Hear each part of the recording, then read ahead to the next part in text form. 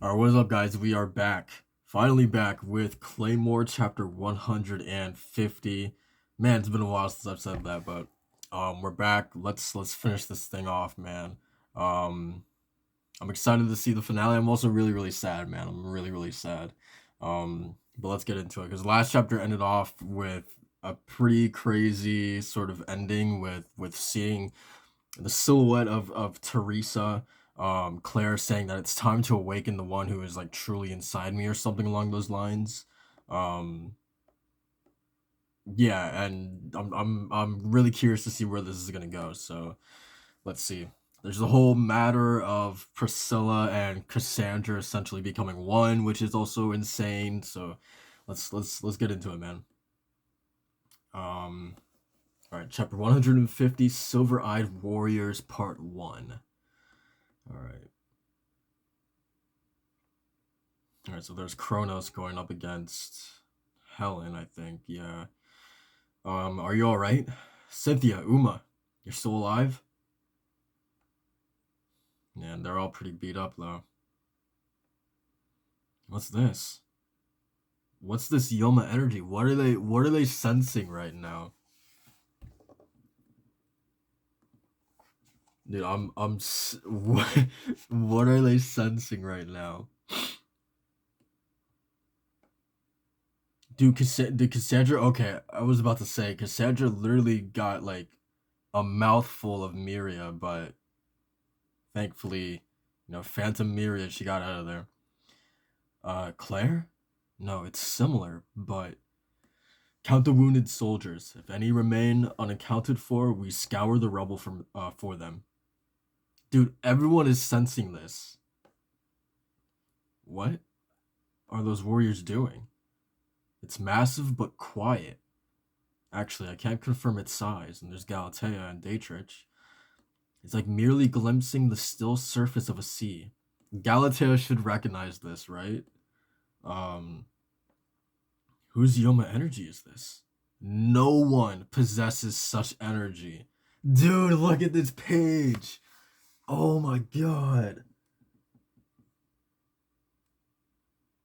What a beautiful shot that is, dude. And I wish I had the actual physical volume in my hand because this would look absolutely glorious. Oh my god. How is she physically here, or is that the awakening itself? The awakening is Claire taking on this form. Um, because if that is the case, then that makes a little bit more sense. But Claire, and she just like patted his head and then just punched him. Um, what are you? It irritates me that such a brat could steal Claire's purity. Huh? What? Oh well, doesn't matter. And it's like it's actually her too. Like Claire's not even there anymore. Like it's Teresa. It's 100% Teresa. You've been blessed with a good man and good friends, Claire. Look at her, dude. She's absolutely gorgeous. Good lord, dude. I'm like legitimately like tearing up a little bit. Like look at how gorgeous this shot is of her. And she's like she's back like she never left, man. Wow, man. Oh, and Claire, okay, Claire's still. Oh, wait. Okay, now I'm confused. What's going on? Because now we just immediately transition to Claire. Teresa. Teresa. And she's just like right back to child Claire now. Just repeating Teresa's name. And she can't even like get to her right now. Teresa. Oh, she managed to hug her. Oh man, dude. I no, I'm not gonna cry, dude. I'm not gonna cry. But I'm literally on the verge of tears. God damn it, dude. Um, there. You're always crying. I missed you so, so, so very much. Don't be foolish. I was always inside you. That's the thing that gets me. That like, yeah, that she has been always inside Claire, and she's been kind of living under this assumption that like, that Teresa was gone, forever, that she was gone for good. When yeah, she was always there with her this entire time, which is I don't know, man. It's kind of sad. Um,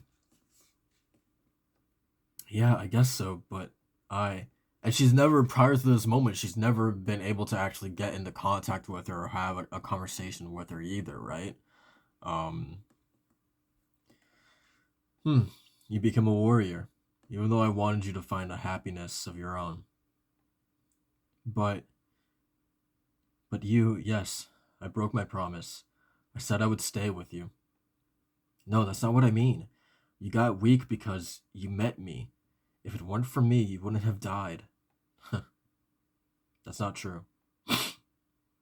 We weren't together for long, but that time was precious to me. If God exists, I'll thank him for that. God, dude.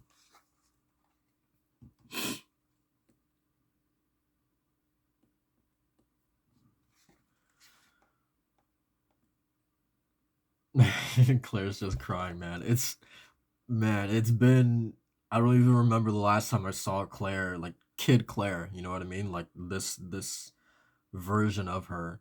Um and it's almost like because I feel like it has been such a long time since I've seen kid Claire that like I kind of forget about the baby that she was back then, right? You kind of take it for granted because we know like we've become accustomed to like warrior Claire, right? Number 47 Claire. Um so like yeah, just seeing her as a kid again is just like, oh right, like this is how she was before she became a Claymore. Um okay. More crying. You're a bigger crybaby than ever. But so much happened. You died, and ever since then, all kinds of stuff has been going on. You can tell me. Tell me everything, and I'll listen. Dude, look at Octavia. She's like, what? What happened? Did she awaken? Her Yoma energy and appearance have barely changed. Her eyes are closed. Oh, Cassandra is going after her too? I guess they're all one person now, but they got ahead of me. Claire. So what? So what do I do? I just refer to her as Teresa, 100%, right? Because it's almost like, yeah, like Claire awakened, and now it's like Teresa's at the forefront now. Like she's like fully in control now, and Claire is kind of like in taking like a back seat almost, right? Um, because my only holdup is like, how much control does Claire really have right now? Is it just literally the exact same, almost like properties of or like rules as if she was truly going to awaken proper? Um, but like obviously it's not going to be as hostile as that side to awakening. Um, so yeah, I don't know, man. Um, be quiet. I can't hear Claire's cute little voice. What the? She.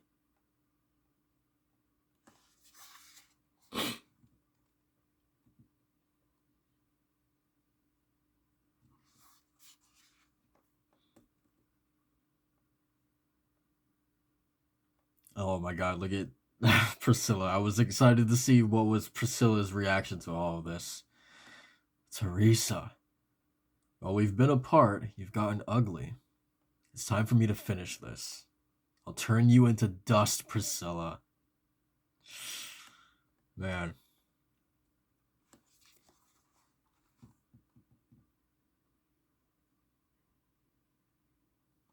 this is isn't that crazy, man? That we've like I don't even know if I can say it, like okay, like we've definitely been waiting for um Claire and Priscilla in their final battle, but never in a million years did I imagine that Teresa in some form or fashion would actually get like a legitimate rematch against Priscilla. Um, I don't know. I don't know if that sort of like if people theorize that to be like an actual like possibility. But that just never registered in my mind because like I thought she was gone, right? Like 100% that she was gone. And obviously we know that similarly to how Cassandra was brought back thanks to Priscilla's flesh. Claire also has Teresa's flesh inside of her. So like I always imagined that was like the extent of like Teresa's story continuing after her death. Um, but the fact that there was always more to that, um, to the fact of Claire having um Teresa's flesh inside of her, and that it extended past not only having some of her power but like literally Teresa was still within Claire, um is just something that like I just didn't think was possible or like I don't even think I even imagined that was a thing that could happen in Claymore, to be honest.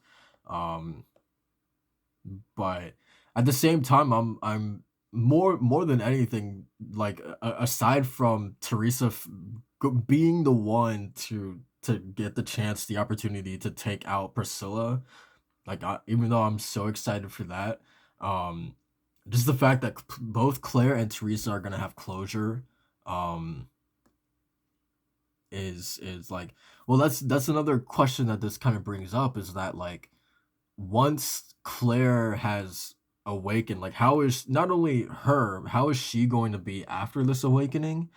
But Teresa as well. And are we to assume that after Claire has done this, that Teresa like will she be able to do this again? Like not specifically like awaken into this form, but like can she just talk to Teresa whenever she wants now after this?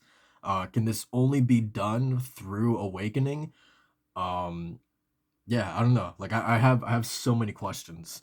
um so yeah, I don't know, man, but I'm excited to find out nonetheless, for sure. um and just to see Teresa in action again, man, is so exciting. um but yeah, man, that's pretty much it for this chapter. um like, comment, subscribe for more Claymore, and I'll see you guys again next time. Peace.